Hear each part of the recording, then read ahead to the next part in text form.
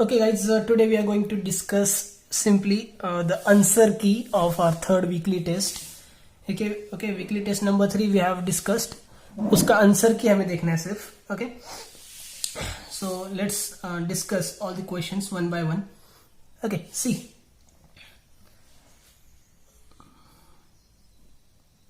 Question number 1. Price elasticity of demand on linear demand curve on x axis is. देखिए हमने इसके लिए एक डायग्राम देखा था. This question is really very easy one. Okay, one of the easy questions, but कुछ बच्चों का ये रॉन्ग हुआ है. ओके, तो देख लेते हैं हम कि रॉन्ग इन द सेंस उल्टा आंसर दिया उन्होंने. ऑलराइट, हमने इस टाइप का एक डायग्राम देखा था. If you remember,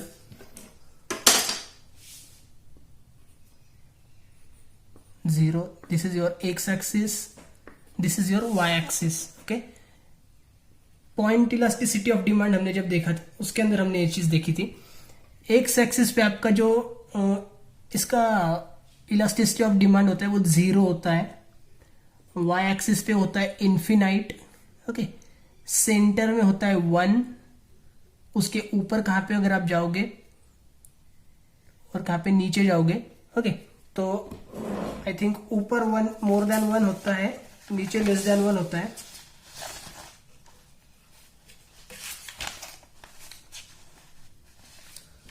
well that I need to see. ठीक है, बट सिंपली यहां पे आपका 0 होता है, यहाँ पे इन्फिनाइट होता है. तो आपका क्वेश्चन क्या है कि price elasticity of demand on linear demand curve on x axis is, तो उसका आंसर है आपका 0. ठीक है, वहां पे वो 0 होता है. कुछ बच्चों ने उल्टा किया है. ओके, इसका आंसर इन्फिनाइट कर दिया और जो सेकंड क्वेश्चन है उसका 0 कर दिया. सेकंड क्वेश्चन देखो क्या है. Price elasticity of demand on linear demand curve on Y axis is, Y axis पे होता है इन्फिनाइट. ओके, तो इसका आंसर आएगा इन्फिनाइट सेकंड का. ये उल्टा कर दिया था कुछ बच्चों ने, बाकी बहुत से बच्चों ने सही करेक्ट आंसर दिया है एंड जिनसे एक्सपेक्टेड नहीं था. Okay, one of the good students, उन्होंने रॉन्ग कर दिया था ये. So please don't do that. Okay, and see guys, one more thing I need to tell you कि इकोनॉमिक्स ये जो क्वेश्चन है इसमें अगर आप रट्टा मारोगे ना, ठीक है, पूरा आंसर लर्न करके जाओगे, रट के जाओगे और वहां पे जाके लिखोगे, तो ये अभी वर्क नहीं करेगा यहाँ से आगे. ओके, कंसेप्ट आपकी क्लियर होनी चाहिए तो आप आंसर्स इजीली दे सकते हो. थोड़ा सा आपको दिमाग भी चलाना पड़ेगा. Okay, number 3, demand curve is parallel to Y axis in case of. देखिए डिमांड कर्व आपके कैसे थे, हमने देखा था प्राइस इलास्टिसिटी ऑफ डिमांड, उसके 5 टाइप्स थे. ओके, तो जो फर्स्ट टाइप था आपका परफेक्टली इलास्टिक डिमांड, उसके अंदर आपका डिमांड कर्व कैसे होता था, इस तरह से. ओके, सेकंड आपका था परफेक्टली इन इलास्टिक डिमांड, उसके अंदर आपका डिमांड कर्व कैसे होता था, इस टाइप से. ओके, तीसरा था आपका रिलेटिवली इलास्टिक डिमांड, उसके अंदर आपका डिमांड कर्व कैसे होता था, इस तरह से रेक्टेंगुलर हाइपरबोला. ओके, फोर्थ आपका जो टाइप था उसके अंदर आपका होता था फ्लैटर, और जो फिफ्थ टाइप था उसके अंदर आपका होता था स्टीपर. ओके, तो क्वेश्चन क्या है देखिए. When demand curve is parallel to Y axis, demand curve parallel to Y axis, this is your Y axis, this is your X axis, और वाई एक्सिस को पैरेलल डिमांड कर्व को है, in which case this is perfectly inelastic demand. Okay, तो इसका answer आएगा आपका perfectly inelastic demand. Next है when percentage change in price of commodity brings more proportionate change in quantity demanded is called. Simply इसके लिए मैंने बोला था आपको कि आपको क्या याद करना है, perfectly elastic, perfectly elastic, perfectly in elastic, centre में आता है यूनिटरी इलास्टिक, नीचे आता है relatively elastic and relatively in elastic. ठीक है, आपको याद क्या करना है, इसकी बस न्यूमेरिकल वैल्यूज क्या थी, वो इन्फिनाइट, 0, 1, मोर देन 1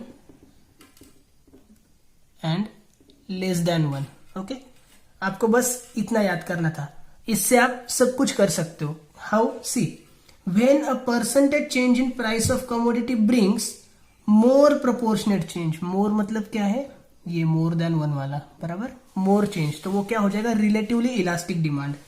इसका आंसर आएगा आपके लिए relatively elastic demand. Okay, next, when a percentage change in price of commodity brings no proportionate change, no मतलब जीरो, ठीक है, नो प्रोपोर्शनेट चेंज, नो मतलब जीरो, तो ये क्या हो गया आपके लिए, परफेक्टली इन इलास्टिक डिमांड। ठीक है, कोई भी चेंज नहीं हो रहा है ना, अगर चेंज नहीं हो रहा है मतलब वो इन इलास्टिक है। इलास्टिक का मतलब क्या होता है, इलास्टिक आपने देखी है, इलास्टिक लाइक रबर बैंड होती है, ठीक है, उसको आप जितना खींचोगे वो खींचा जाता है, ओके, उसको हम बोलते हैं इलास्टिक। मतलब इलास्टिक अगर है तो चेंज हो रहा है, और जो चीज इलास्टिक नहीं होती है वो कैसे होती है, वो चेंज नहीं होती है, वो फ्लेक्सिबल नहीं होती है। ओके, तो यहाँ पे नो चेंज है, मतलब वो क्या है, इन इलास्टिक है, राइट।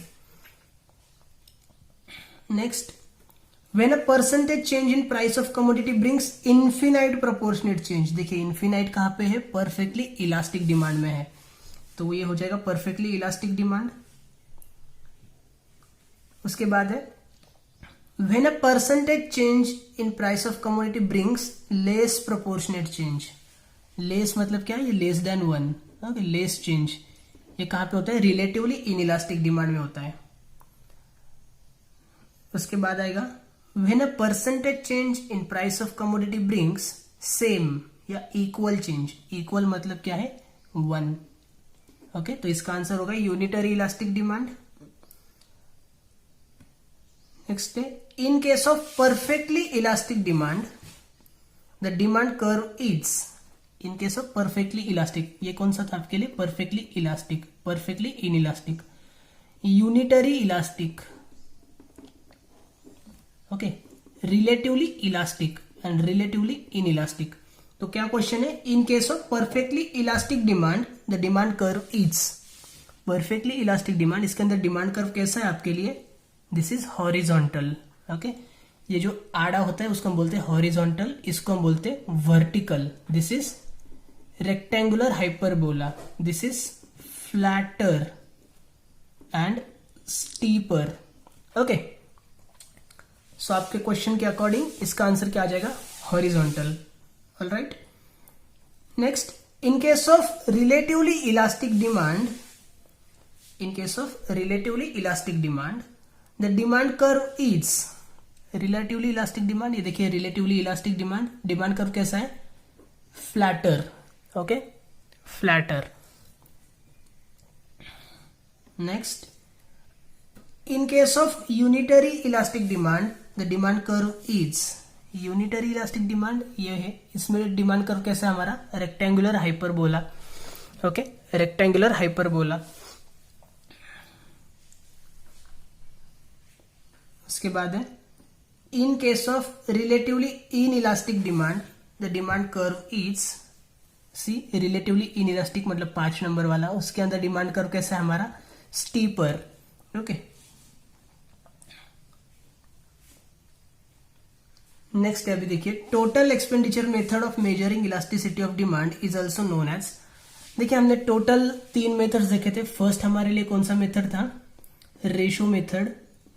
रेशो मेथड को हम क्या बोल सकते हैं, रेशो मेथड को हम बोलते हैं परसेंटेज मेथड, प्रोपोर्शनेट मेथड या फिर अर्थमेटिक मेथड, ओके, उसके टोटल 4 नाम थे। सेकंड था total expenditure method, total expenditure method is also known as total outlay method, okay. और जो थर्ड था वो कौन सा था, पॉइंट मेथड।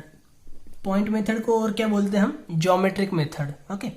तो total expenditure is also known as total outlay, all right, total outlay method is your correct answer.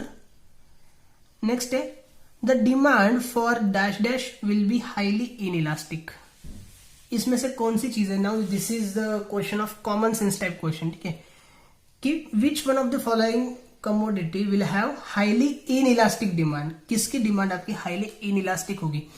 पहली बात मुझे बोलो, इलास्टिक एंड इनइलास्टिक। इलास्टिक मतलब चेंज होने वाली या इन इलास्टिक मतलब चेंज होने वाली, इलास्टिक तो चेंज होती रहती है ना, इलास्टिक को आप कितना भी खींचो वो चेंज हो जाएगी, ओके।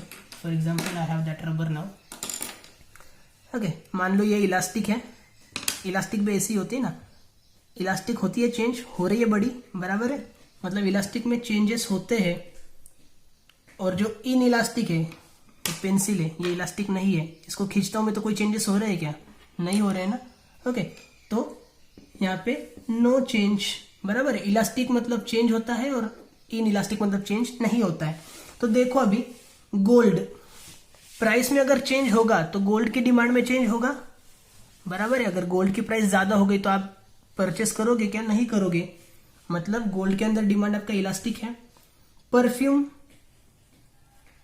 की भी प्राइस अगर 100 रुपीज से 1000 रुपीज हो गई तो डेफिनेटली आप उसका डिमांड कम कर दोगे ना, क्योंकि परफ्यूम के बिना भी रहा जा सकता है, तो वहां पे भी इलास्टिक डिमांड है। मेडिसिन की प्राइस फॉर एग्जांपल जो 1 रुपी की 1 टैबलेट आती है, एकदम सिंपल वाली कोई भी टैबलेट ले लो, उसकी प्राइस 100 रुपीज हो गई, फिर भी आपको मेडिसिन तो लेनी ही पड़ेगी, क्योंकि मेडिसिन लोगे तभी जो भी आपकी इलनेस है, बीमारी है, ठीक है, जो भी प्रॉब्लम है वो सॉल्व हो सकता है। अगर मेडिसिन नहीं लोगे तो नहीं चलेगा। तो मेडिसिन की प्राइस कितने भी हो जाए, डिमांड आपका सेम रहेगा, डिमांड में कोई भी चेंज नहीं आने वाला है, ठीक है। तो in that case your demand remains in elastic. Okay, तो मेडिसिन आपका करेक्ट आंसर है। और डायमंड भी भाई अगर प्राइस कम होगी तो हम परचेस करेंगे, डायमंड की प्राइसेस अगर बढ़ गई तो क्यों परचेस करेंगे, बराबर है। नेक्स्ट है a desire backed by ability to buy and willingness to pay for commodity is called demand. This is nothing but definition of demand, ठीक है, ये डिमांड की डेफिनेशन है। नेक्स्ट है when the price of petrol goes up demand for car will. देखिए petrol and car क्या है, petrol and car, petrol and car, these are complementary commodities.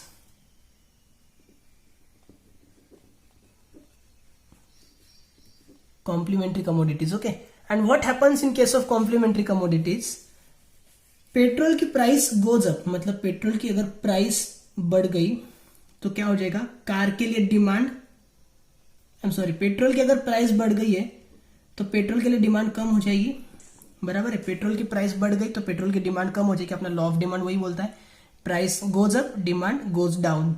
Okay, तो when price of petrol goes up मतलब petrol की price up हो गई, demand for car will, भाई देखो demand for petrol will down, ये तो डेफिनेटली सही है। अगर पेट्रोल की डिमांड कम हो जाएगी तो कार की डिमांड भी अल्टीमेटली कम ही हो जाएगी आपकी, क्योंकि पेट्रोल कार में ही डालना है ना आपके पास। अगर पेट्रोल आप कम परचेस करोगे तो ज्यादा कार परचेस करके क्या करोगे, बाकी जो नई कार लेके आओगे एक्स्ट्रा वाली, उसके अंदर पानी तो नहीं डालोगे, बराबर है। तो demand for car also reduces. Okay, तो इसका आंसर जो आ जाएगा वो होगा फॉल। राइस तो नहीं होने वाला है, फॉल हो जाएगा, बिकम जीरो, जीरो भी नहीं होगा, कार हम एक भी परचेस नहीं करेंगे ऐसा तो नहीं होने वाला है ना, ठीक है, तो जीरो नहीं होगा, और रिमेन कांस्टेंट वो भी नहीं होगा। ओके, तो fall is your correct answer. Next, the law of demand is applicable to dash dash goods. Law of demand कौन से गुड्स को एप्लीकेबल रहेगा? ओके, तो इसका आंसर है नॉर्मल गुड्स, जो भी नॉर्मल गुड्स है हमारे उन सभी को एप्लीकेबल होगा। प्रेस्टीज गुड्स मतलब क्या होता है? प्रेस्टीज गुड्स मीन्स महंगे महंगे गुड्स, ठीक है, जो हम सोसाइटी में बस शो ऑफ करने के लिए परचेस करते हैं, तो वो क्या है हमारे लिए exception of law of demand है।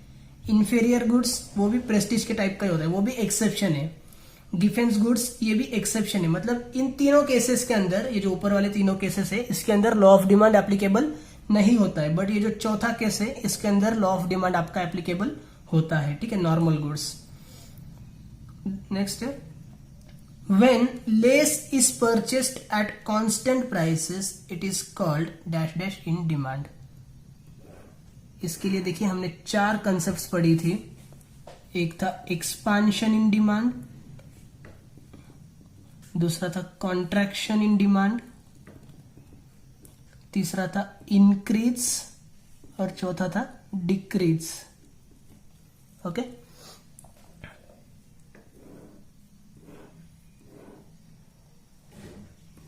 एक्सपांशन इन डिमांड, इसके अंदर क्या होता है? एक्सपांशन इन डिमांड के अंदर डिमांड आपकी बढ़ जाती है, कॉन्ट्रैक्शन के अंदर डिमांड कम हो जाती है। इंक्रीज इन डिमांड, इसके अंदर भी डिमांड आपकी बढ़ जाती है, डिक्रीज इन डिमांड, इसके अंदर डिमांड कम हो जाती है। ओके, बट एक्सपांशन क्यों होता है? एक्सपांशन और कॉन्ट्रैक्शन, इसमें रीजन क्या रहता है? प्राइस। रीजन क्या रहता है इसमें? प्राइस। प्राइस की वजह से डिमांड आपकी बढ़ जाती है तो एक्सपांशन। प्राइस की वजह से डिमांड अगर आपकी कम हो जाती है तो कॉन्ट्रैक्शन। ओके, यहां पे रीजन होता है आपके लिए अदर देन प्राइस, मतलब प्राइस तो आपकी सेम रहेगी, प्राइस आपकी कांस्टेंट रहेगी, प्राइस के अलावा बाकी कुछ रीजन है जिसकी वजह से आपकी डिमांड बढ़ रही है तो इंक्रीज। और अदर देन प्राइस, प्राइस के अलावा बाकी कोई रीजन है जिसकी वजह से आपकी डिमांड कम हो रही है तो वो हो जाएगा डिक्रीज इन डिमांड। ओके, तो आपका क्वेश्चन फिर से पढ़ते क्या है? When less is purchased at constant prices, मतलब प्राइस आपकी क्या है? कांस्टेंट है, प्राइस में कोई चेंज नहीं हुआ है, मतलब अदर देन प्राइस रीजन है आपका। ठीक है, और लेस इज परचेस्ड मतलब डिमांड आपका लेस है और रीजन अदर देन प्राइस है तो वो क्या हो जाएगा? Decrease in demand. Okay, decrease in demand is a correct answer. Next देखो, cross elasticity of demand is applicable to dash dash goods. Cross elasticity of demand substitute goods के लिए applicable होता है। ठीक है, क्रॉस इलास्टिसिटी ऑफ डिमांड का जो हमने कंसेप्ट पढ़ा था उसके अंदर मैंने क्या देखा था, उसका जो स्टेटमेंट हमने क्या बोला था कि when price of one commodity increases demand for another commodity decreases, या फिर demand for another commodity increases. Okay, this is known as cross elasticity of demand. उसका आप स्टेटमेंट पढ़ लो, वो आपका क्लियर हो जाएगा। वहां पे सब्सटीट्यूट गुड्स की बात करते हैं हम। सी दिस वन, ये बहुत जन का रॉन्ग हुआ है और ये बहुत ही इजी क्वेश्चन था और हमने एकदम इसको बहुत ज्यादा इजी समझ के टक कर से टिक करके हम आगे निकल गए और इसको हमने रॉन्ग कर दिया। ठीक है, तो ज्यादा क्विक भी नहीं होना है, उसके भी डिसएडवांटेजेस होते हैं। देखिए क्या है question, as price falls demand dash dash. जब आपकी प्राइस कम हो जाती है तब डिमांड क्या होता है? तो हमने इमीडिएटली लिख दिया डिमांड इंक्रीजेस, क्योंकि हम हमेशा बोलते प्राइस डिक्रीजेस डिमांड इंक्रीजेस। ठीक है, जब प्राइस कम होगी डिमांड बढ़ जाएगा, हमने इमीडिएटली लिख दिया यहाँ पे इंक्रीजेस। बट इसका आंसर क्या है? देखिए फिर से ये कंसेप्ट देखते हैं हम। प्राइस फॉल्स मतलब प्राइस में चेंजेस हो रहे हैं तो रीजन क्या है? प्राइस है रीजन। ठीक है, एंड प्राइस जब आपकी फॉल होगी तो डिमांड क्या होगा? प्राइस कम हो रही है, बराबर है, मतलब यहाँ पे प्राइस आपकी कम होती है तो डिमांड ऊपर जाता है, प्राइस जब नीचे जाती है डिमांड ऊपर जाता है। और यहाँ पे रीजन प्राइस ही है, यहाँ पे प्राइस ऊपर जाएगी डिमांड नीचे आएगा। ओके, तो when price falls demand, price आपकी जब फॉल होती है डिमांड क्या होता है आपका? बढ़ता है। ठीक है, in case of expansion. Okay, तो यहाँ पे इंक्रीजेस आंसर नहीं आएगा। इंक्रीज इन डिमांड के अंदर प्राइस आपकी कांस्टेंट रहती है। ठीक है, तो प्राइस में चेंज नहीं होता है, बट एक्सपांशन के अंदर आपके प्राइस में चेंज होता है। ऑलराइट, सो इसका आंसर होगा एक्सपांड्स। Okay, not increases. और हमेशा इंक्रीजेस डिक्रीजेस ये तो आपने देख लिया, लेकिन एक्सपांड्स एंड कॉन्ट्रैक्ट्स ये भी अगर आपके ऑप्शन में है तो थोड़ा सा आपने सोचना चाहिए कि एक्सपांशन और इंक्रीजेस में क्या डिफरेंस है। ओके, कॉन्ट्रैक्शन एंड डिक्रीजेस इसमें क्या डिफरेंस है। ऑलराइट, तो थोड़ा सा सोच समझ के आंसर करो। नेक्स्ट है, receipt and payment account generally shows dash dash balance. If you remember guys, let me take another sheet.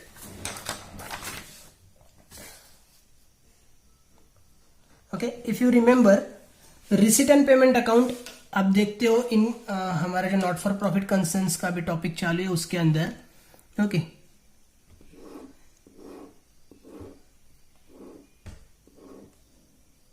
ये होती है आपकी रिसीट साइड, यहाँ पे होती है आपकी पेमेंट साइड। यहाँ पे हमेशा आप देखते हो टू बैलेंस ब्रॉट डाउन, यहाँ पे आप हमेशा देखते हो बाय बैलेंस कैरिड डाउन, बराबर है। आपने कभी टू बैलेंस कैरिड डाउन देखा है क्या? यहाँ पे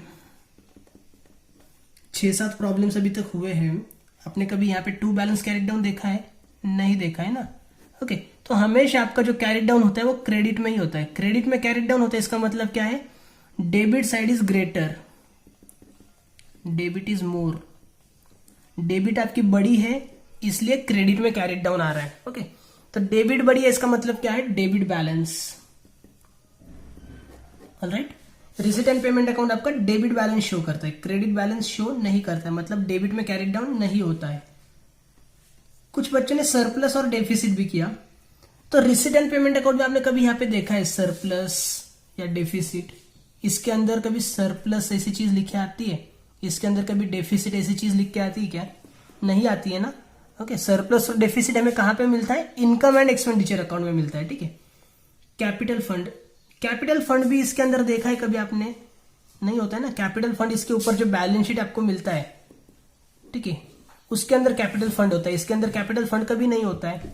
राइट, तो इसका जो करेक्ट आंसर रहेगा वो होगा debit balance. Okay, receipt and payment account आपको कभी भी क्रेडिट बैलेंस शो नहीं करता है।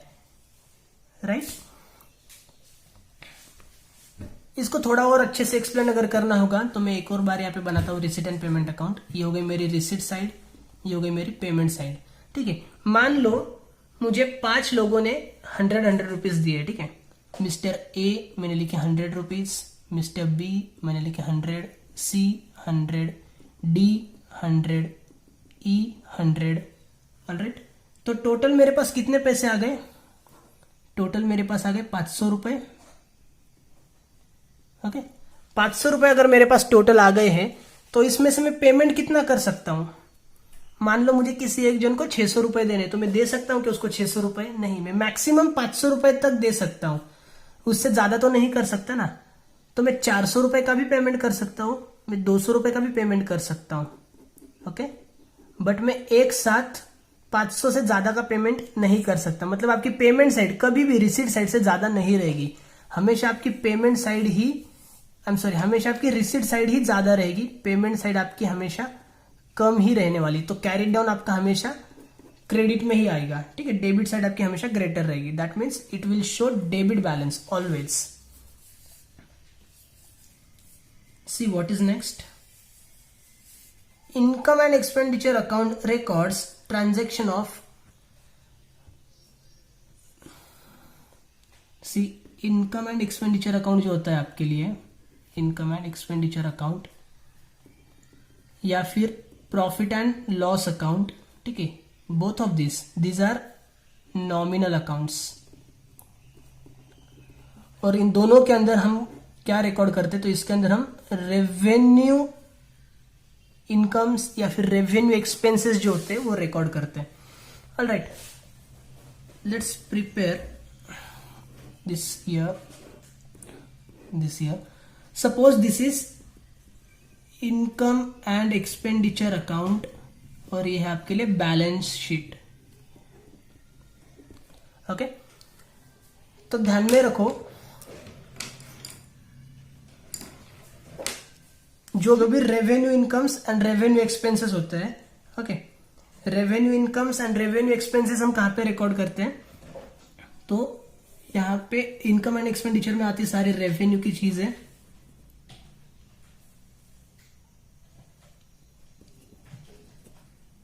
यहां पे आती सारी कैपिटल की चीजें। ठीक है, नाउ सी यहां पे हम रिकॉर्ड करते हैं एक्सपेंडिचर, तो यहां पे आ जाएंगे आपके रेवेन्यू एक्सपेंसेस। और यहां पे हम रिकॉर्ड करते हैं इनकम्स, तो ये हो जाएगी आपकी रेवेन्यू इनकम वाली साइड। ठीक है, यहां पे आपके आते हैं कैपिटल एक्सपेंसेस, क्योंकि एसेट्स हमें परचेस करने पड़ते हैं, और लाइबिलिटीज मतलब हमें ये आगे चल के चुकाना है कर्जा किसी से हमने लोन लेके रखा है, तो ये इनकम होती है आपकी। ओके, तो सिंपल सी बात है कि यहां पे हमें रिकॉर्ड करना है कैपिटल इनकम्स, यहां पे हमें रिकॉर्ड करना है कैपिटल एक्सपेंसेस। ओके, यहां पे हमें रिकॉर्ड करना है रेवेन्यू एक्सपेंसेस और revenue incomes. So generally income and expenditure account में हम रेवेन्यू की चीजें रिकॉर्ड करते हैं। रेवेन्यू की चीजें मतलब क्या? जिसकी लाइफ लेस देन 1 ईयर है, लेस देन 1 ईयर। जो इनकम्स और जो एक्सपेंसेस हमारे डे टू डे ट्रांजैक्शन में चालू रहते हैं, डे टू डे ट्रांजैक्शन में चालू रहता है, ओके, उसको हम बोलते हैं रेवेन्यू वाले। ओके, और यहाँ पे जो लाइफ होती है वो होती है मोर देन 1, मतलब एसेट्स है, फर्नीचर वगैरह, वो क्या हम हर रोज परचेस करते हैं क्या, या हर महीने परचेस करते हैं? नहीं, हम 3-4 सालों में, 8-10 सालों में एक बार परचेस करते हैं। ओके, तो जो चीजें रोज रोज नहीं होती है वो होती है कैपिटल इनकम से कैपिटल एक्सपेंसेस, और जो चीजें रोज रोज होती है वो होती है रेवेन्यू इनकम से रेवेन्यू एक्सपेंसेस। ये मैंने कई बार एक्सप्लेन किया है लेकिन कई बार रॉन्ग हो रहा है बच्चों का, तो प्लीज इसको क्लियर करो, ये पॉइंट काफी इंपॉर्टेंट है आपके लिए, ठीक है। ये कंसेप्ट क्लियर होनी ही चाहिए, तो इसको क्लियर रखो। Next, income and expenditure account reveals, income and expenditure account क्या रिवील करता है, क्या दिखाता है वो, सरप्लस और डेफिशिएंसी। ओके, तो इनकम एंड एक्सपेंडिचर अकाउंट में आपको क्या मिलता है, क्यों आप प्रिपेयर करते हो, प्रॉफिट एंड लॉस अकाउंट जब आप प्रिपेयर करते हो उसमें से आपको मिलता है नेट प्रॉफिट या फिर नेट लॉस, और इनकम एंड एक्सपेंडिचर अकाउंट क्यों प्रिपेयर करते हो आप, सरप्लस या फिर डेफिसिट ढूंढने के लिए। इनकम एंड एक्सपेंडिचर अकाउंट के अंदर आपने कभी कैश इन हैंड देखा है क्या, तो कैश इन हैंड तो आंसर नहीं हो सकता। नेट प्रॉफिट कभी देखा है, नहीं। कैपिटल देखा है कभी, नहीं। तो उसमें से क्या मिलेगा हमें, सरप्लस या फिर डेफिशिएंसी मिलने वाली है, ठीक है। नेक्स्ट है, the amount of subscription received from members shall be recorded at. देखिए, सब्सक्रिप्शन आपको मेंबर से जब मिलता है, मतलब this will your income, this is your income, and incomes हमें कहां रिकॉर्ड करनी होती है, इनकम साइड में हम रिकॉर्ड करते हैं ना। इनकम साइड मतलब ही क्या होता है, यहां पे हम लिखते हैं, देखिए, debit credit. So this is what, credit side of income and expenditure account. ये डेबिट क्रेडिट लिखना इंपॉर्टेंट क्यों होता है, मैं उसी लिए बोल रहा हूं। अगर आपने एक आध बार ये लिखा होगा और बाद में आपने नहीं लिखा है तो आपको डेबिट और क्रेडिट समझेगा भी नहीं। Okay, so this is recorded at credit side of income and expenditure account. Okay, next question is, donations received for special purpose are recorded at. See, हमें पता है डोनेशंस दो टाइप के होते हैं, एक होता है हमारे लिए जनरल डोनेशंस, मतलब जो डोनेशन सिर्फ इसी नाम से आते हैं, जहां पे कुछ एक्स्ट्रा अलग से लिखा नहीं होता, या फिर ब्रैकेट के अंदर जनरल लिखा होता है, तो वो हम लिखते हैं इनकम साइड में। Okay, but if donation for, ये फॉर के आगे कुछ आ जाता है आपके पास, ठीक है, डोनेशन फॉर समथिंग आ जाता है। Okay, so whenever purpose is given we record this in liability side, alright. तो यहां पे आपको क्या, donations received for special purpose, कुछ पर्पज अगर गिवन है तो लाइबिलिटी साइड में हम लिखेंगे इसको। उसके बाद है, receipt and payment account is summary of, receipt and payment account summary है, किसकी समरी है, cash receipts and payments during the year. Okay, यहां पे अभी थोड़ा सा देखो आप, for example this is your receipt and payment account. Okay, receipt and payment account, ये है आपकी रिसीट साइड, ये है आपकी पेमेंट साइड। अगर आपने देखा होगा तो रिसीट साइड में हम क्या लिखते हैं, कैश रिसीव्ड। ओके, सारी की सारी जो मनी रिसीव्ड है वो सब हम यहाँ पे लिखते हैं। यहाँ पे हम जितना भी पेमेंट करेंगे कैश का वो सब हम यहाँ पे लिखेंगे। ओके, तो इसमें कंफ्यूजन एक हो सकता है कि cash receipts and payments for the year और cash receipts and cash payments during the year, इसमें एक कंफ्यूजन हो सकता है। तो सिंपली देखो, cash receipt and cash payment for the year, इसका मतलब क्या है, सिर्फ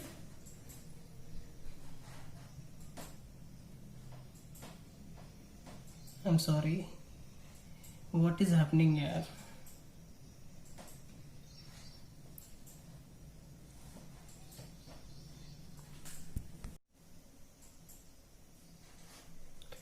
Receipt and payment account is summary of, okay, that we have to see now. Receipt and payment account is summary of, देखो ऑप्शंस क्या क्या है। फर्स्ट है debit and credit balances of ledger account. जो लेजर अकाउंट के debit and credit balances हम at the end of the year लेके आते हैं उसको हम बोलते हैं ट्रायल बैलेंस, ठीक है। ट्रायल बैलेंस जो होता है हमारा फाइनल अकाउंट्स के अंदर होता है, यहाँ पे नहीं होता है, तो ये आपके लिए रॉन्ग आंसर हो जाएगा। नेक्स्ट है cash receipts and cash payments for the year. Cash receipts and payments for the year, इसका क्या मतलब होता है कि उस साल के अंदर जितने भी आपको पैसे मिलने वाले हैं वो होते हैं रिसिट्स, और उस साल के लिए जितने भी पेमेंट्स आप करने वाले वो for the year. For the year के अंदर क्या हो रहेगा, फॉर एग्जाम्पल हम मान लेते कि आपका जो करंट ईयर चल रहा है ना 2019-20 चल रहा है। Okay, so for the year का मतलब क्या होगा कि सिर्फ 90-20 से related he receipts and payments रहेंगे। बट हमारा जो रिसीट एंड पेमेंट अकाउंट होता है ना, उसके अंदर आप देख सकते हो कि हम नेक्स्ट ईयर का भी अगर कुछ मिला है तो भी हम वहां पे लिखते हैं, प्रीवियस ईयर का कुछ मिला है तो भी लिखते हैं। ओके, अगर हमने कुछ प्रीवियस ईयर का पेमेंट किया है तो भी हम लिखते हैं, लास्ट ईयर का कुछ पेमेंट किया है, नेक्स्ट ईयर का कुछ पेमेंट किया है तो भी हम लिखते हैं। आपने देखा होगा कि इससे ऊपर जो बैलेंस शीट होता है, बैलेंस शीट में यहाँ पे कुछ ना कुछ आउटस्टैंडिंग हमेशा रहता है, और उसका आउटस्टैंडिंग का कई बार हमने यहाँ पे पेमेंट किया हुआ है, या फिर आउटस्टैंडिंग अगर एक्सपेंस इनकम से तो यहाँ पे हमें वो रिसीव भी हो चुकी है। ओके, सो यहाँ पे हम जो रिकॉर्ड करते हैं ना, वो हम रिकॉर्ड करते हैं कि all the receipts and all the payments during the year, इस साल के अंदर जितना भी मिलेगा वो सब हम इसमें रिकॉर्ड करते हैं। But on the other hand, ये जो हमारा इनकम एंड एक्सपेंडिचर अकाउंट होता है, वहां पे हम all expenses and all incomes for the year record करते हैं। ठीक है, तो इस साल के लिए जितने भी इनकम्स एक्सपेंसेस है वो हम यहाँ पे रिकॉर्ड करेंगे। बट इसके अंदर साल के अंदर ड्यूरिंग, साल के अंदर, साल के ड्यूरिंग आपको जितना भी रिसीट और पेमेंट रहेगा वो हम यहाँ पे रिकॉर्ड करते हैं। ओके, तो इसका आंसर ड्यूरिंग द ईयर हो जाएगा। एक्सपेंसेस एंड इनकम्स, ठीक है, एक्सपेंसेस एंड इनकम्स हम बोलते हैं कि पेमेंट मतलब एक्सपेंसेस, ओके, रिसीट मतलब इनकम्स, ये सब चीजें सही है, लेकिन इसके अंदर सिर्फ एक्सपेंसेस एंड इनकम्स नहीं होती है, इसके अंदर एसेट्स एंड लायबिलिटीज भी होती है। ओके, तो एक्सपेंसेस एंड इनकम ये आपका रॉन्ग आंसर हो जाएगा। नेक्स्ट है income and expenditure account is a nominal account. Okay, ये मैंने ऊपर ही डिस्कस किया, ये नॉमिनल अकाउंट है। कोई भी account both real and nominal नहीं हो सकते, तो ये भी कुछ जन ने आंसर किया था, तो ये भी रॉन्ग है। Fine. Next, amount received by selling grass by a club should be treated as, grass मतलब घास। ठीक है, आपको पता होगा ये घास कितने दिनों में आती है, जो घास होती है गार्डन के अंदर पर्टिकुलरली कितने दिनों में आ जाती है वो। ठीक है, महीने में भी कई बार आएगी। ओके, तो आपका ये जो घास बेचने का काम है, ग्रास सेलिंग, ग्रास अगर आपने सेल की है, ठीक है, यू हैव सोल्ड इट ना, तो सेल किया मतलब मनी रिसीव्ड, मनी रिसीव्ड मतलब ही क्या, इनकम।